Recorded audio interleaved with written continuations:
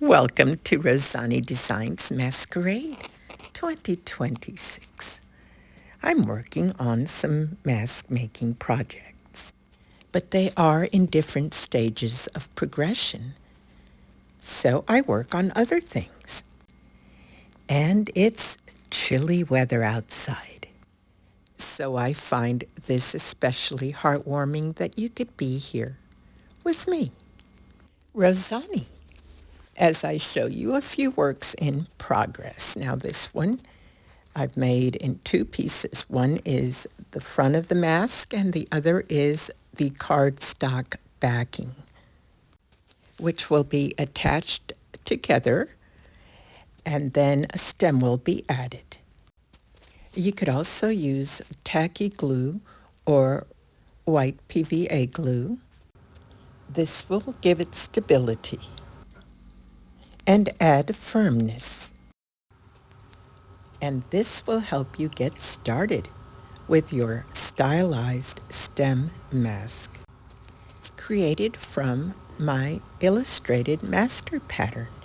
I've had so many projects in the making, but the crazy weather has put a very slow damper on everything. Just a few weeks ago, we had a freezing snow, and then it went away like the very next day. And now we're getting ready for another freeze, and I'm in southeast Alabama. But I have plenty of projects to keep me busy, especially if we end up being stuck at home during a snowstorm. I hope not. Now, these masks can be made in so many different colors, and you can also use fabric because the fabric can be attached to the paper with glue. There are many options that you can explore. Now, this mask can actually be worn and attached with ribbons or cord, perhaps even some elastic. But in this instance, I'm going to turn it into a stem mask, meaning that the stem is going to be a handle, which I made from a chopstick, decorated with colorful papers dipped in the liquid starch.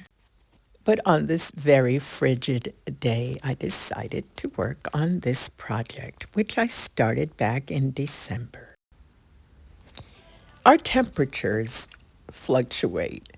We'll go from freezing to between the 60s and sometimes the 80s throughout the winter season.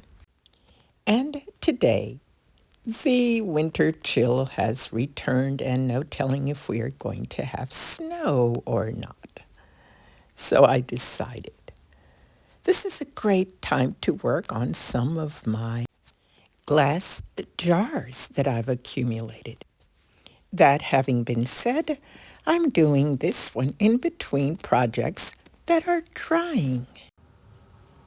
And they're in between stages of completion because of the weather, which really slows things down. So, in order to keep production going, I begin to create more things. Some of my projects, such as my masks, are in the process of being painted. Others are in the process of drying, and so forth. But this project fits right in with the winter theme. Perhaps you may be wondering why I've showed you incomplete pieces. The main reason is that these pieces are in different stages of workshops, which I teach. I have tutorials on most of the things that you see on my channel, and they're available to purchase. So I do need to do them step by step and give my students time.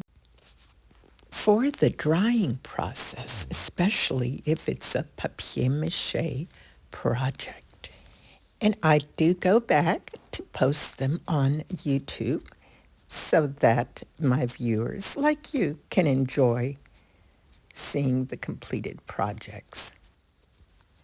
I hope that you feel comfortable being here, and I welcome each and every one of you. And this is a place where we can interact together under any kind of weather. My sculpting process involves a papier mâché technique where I use liquid starch made from cornstarch, and I apply it to different types of paper. I can create the papier mâché pulp, or I can use the paper strip method. And in this example, I'm using tissue paper as well as some paper strips, all dampened with the liquid starch. And if you've ever wondered why my channel is called Rozani Designs Masquerade, it's because everything that I create ties in somewhat with many types of festivities that involve wearing a costume or a mask while enjoying the creativity of it all. There are so many related themes that interact with each other in one way or another, from season to season, like making the figurines and ornamental shapes, some of which include costumes or costume accessories, and things that could be worn to festivals or sold there for different times of the year, pertaining to winter, summer, and spring themes, and of course, masks of all sorts. And there are also creatures, which are so much fun. And they could come from inspirational tales of folklore and fantasy, or even pieces of historic architecture, like gargoyles. They are one of my favorites. I find inspiration in all of these things, and I do enjoy showing them to you throughout my videos. I hope this helps you to understand the goals of my channel as I demonstrate my creative process.